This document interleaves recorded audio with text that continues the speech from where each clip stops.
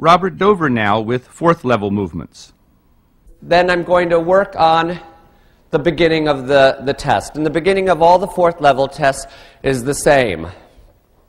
Enter, collected canter, X, halt, salute. I'm going to pick up my canter. I'm going to ride a half halt here and there.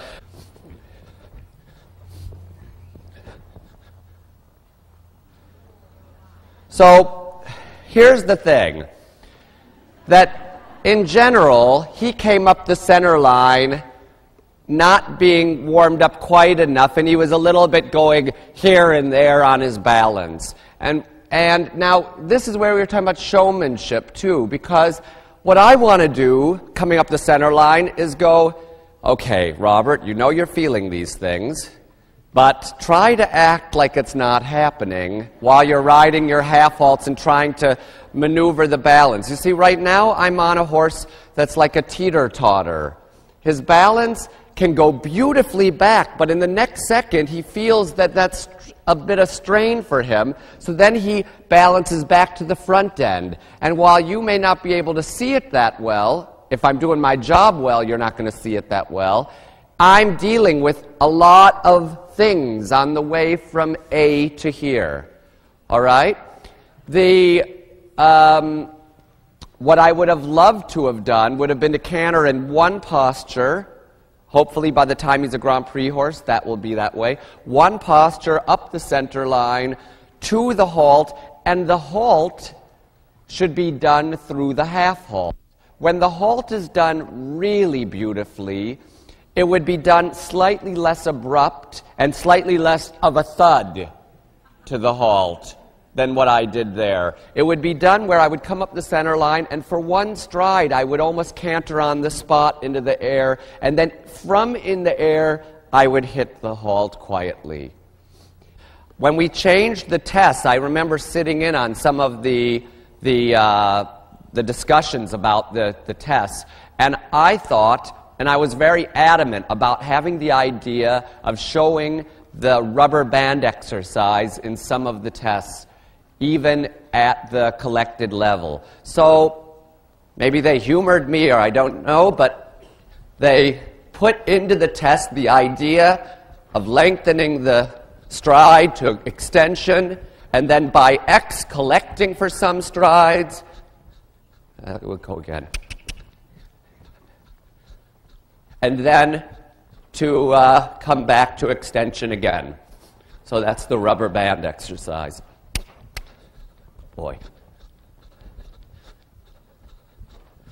Oh, half halt. And collect.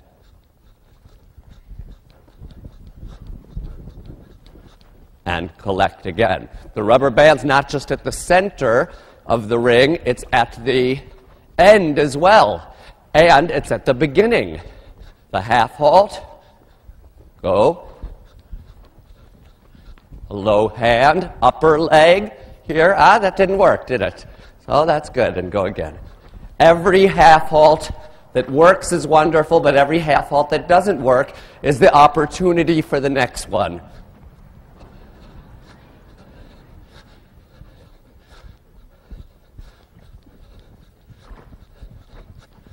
Still seat, half halt, and oh, so that I liked. So now, we have in the fourth level walk pirouettes. And the difference between, Mike, did you do turns on the haunches with you?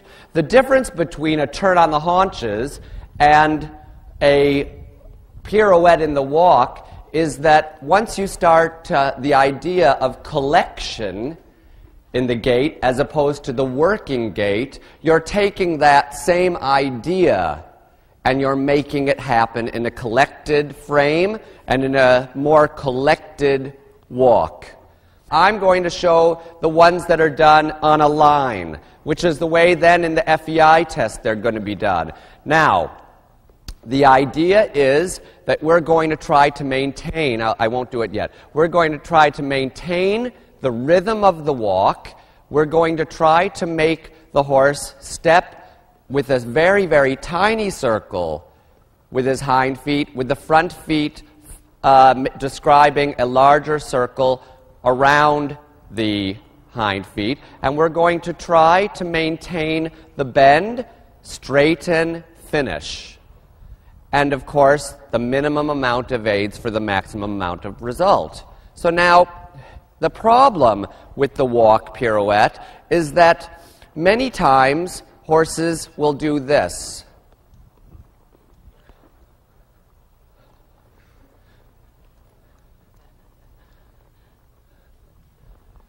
You see, and it took forever to happen. Because, one, I looked down and I thought, left rein, and I got bent to the outside, and I did not allow him to stay in balance. I made him fall in. Hilda was talking about horses falling in on the inner shoulder. When I bent to the wrong way, he fell in, he lost his haunches out, and that was the end of my walk pirouette. Likewise, here's the next problem. That's like what we call a turn on the middle. The forehand went one way and the haunches went another way. This is a very difficult movement to ride well. To ride it well and to ride it small enough and yet to ride it in such a way that the horse doesn't stick with his hind feet is very difficult. So what you want to do, sitting inward slightly, I'm trying to be soft enough in my hand and yet maintain the balance, maintain the collection that he stays enveloping his rein. And that's a tough one for me with this horse still. So I'm taking myself, that was a little larger, but he kept stepping. I'm taking myself for the ride and I'm taking him along with. That's the idea that I try to say. I take him, got a little bit slow, a little hesitant, and that I have to think of keeping a quiet hand, think of keeping your bend, think of keeping the rhythm the same. Okay? So now, on to the canter work. So the quarter pirouettes, they're done in such a way that you would collect the horse through your half halt, and then you would ask the horse to turn. He's tired now. So that wasn't good. He turned away from the left rein and fell inwards. He has to sit back. Good. So that was a little bit better, but it has to be done this way now. A loss of impulsion. And you saw him sort of try to figure out where his legs were. This is the exercise. Someone else was doing it yesterday, and it's a great exercise. Someone was doing it in the walk, I think, where you make it into a box. Good. Collecting, having him sit, but keep the rhythm. There he lost himself again. And then, because he lost himself, I made him sit there for another second till he found himself and would do that. There's our half halt in an extreme, okay? Now I'm going to try to direct this without going past the place. I went past the place. That's where your inner leg has to be there. And so we try it again. And you know, so many times, this is him thinking too hard. He's thinking so many more things. He's making it more difficult. It's like when you want to say, hey, listen, if you would just realize that this is a simple thing. We're just going here and here. That inner leg, that was better. Okay, so at any rate, what you see here is that the half halts from the training level this morning through the fourth level now before lunch are all still basically the same thing.